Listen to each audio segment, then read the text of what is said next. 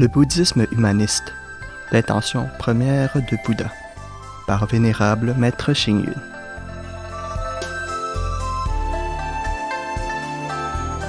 En outre, les vénérables Ji Chen, 1886 à 1938, et Tong Yi créèrent le mensuel La lampe dans la mer des hommes à la pagode Kaiyuan de Guangdong Chaozhou. Le vénérable Chi Hang, 1993 à 1954, créa le magazine Bouddhisme humaniste distribué dans toute l'Asie du Sud-Est. Le vénérable Zhu Mo, 1913 à 2002, le magazine L'âme éternelle à Macao. Le vénérable Jue Guang, 1919 à 2014, le magazine Le bouddhisme hongkongais et le magazine Illumination intérieure de la pagode Miaofa, etc.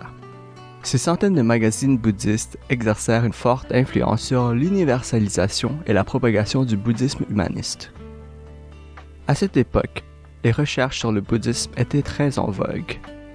Les deux chercheurs les plus fameux furent Ouyang Jingwu de l'Institut bouddhiste La Chine à Nanjing et Han Qingjing, 1884 à 1949, de l'association Sanshi à Beijing. On les appelait O du Sud et Han du Nord. De nombreux dictionnaires et livres virent aussi le jour.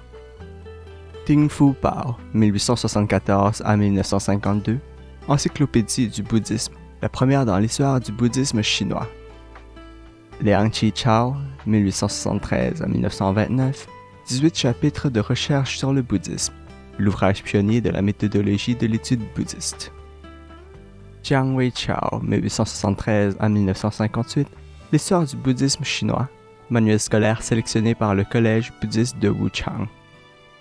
Wang Jitong, 1875 à 1948, le bouddhisme et la science, études comparatives. Lu Chen, 1896 à 1989, méthodologie de l'étude bouddhiste. Tang Yongtong, 1893 à 1964, histoire du bouddhisme durant les dynasties Han, Wei, Qing orientale et occidentale et les dynasties du Sud et du Nord. Yao Zhipiao, 1886 à 1948, les aspects scientifiques du bouddhisme et rapports sur les recherches bouddhistes par un scientifique. Tous ces ouvrages sont des représentants importants de la pensée bouddhiste. Grâce aux efforts communs des monastiques et des laïcs, la pensée du bouddhisme humaniste se présente sous un aspect neuf dans tout le pays. Hélas, la révolution culturelle fit beaucoup de tort au bouddhisme et à la culture chinoise.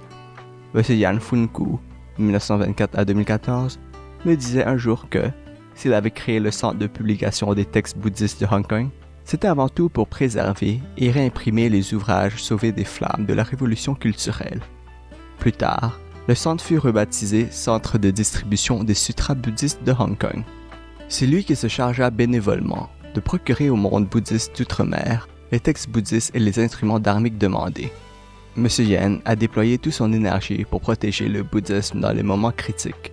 C'est un grand bienfaiteur du bouddhisme, tout autant que le regretté M. Yang Linshan. Durant la guerre civile chinoise, de nombreux monastiques éminents et cultivés se réfugièrent à Taïwan, à Hong Kong, à Singapour et en Malaisie pour continuer à préserver et développer la culture bouddhiste. Citons-en quelques-uns.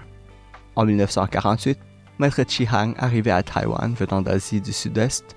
L'année suivante, les vénérables Ta Xing, 1900 à 1952, Nanting, 1900 à 1982, Dongchu, 1907 à 1977, et Pai Shen, 1904 à 1989, arrivèrent de Chine, suivis par les vénérables Taishang, 1895 à 1968, Chen Lian, 1893 à 1967, Yingxun, 1906 à 2005, Yen Pei, 1917 à 1996, Tao An, 1907 à 1977, Chen Jun, 1919 à 2011, Xu Ming, 1918 à 1966, et Ta Pen, et bien d'autres.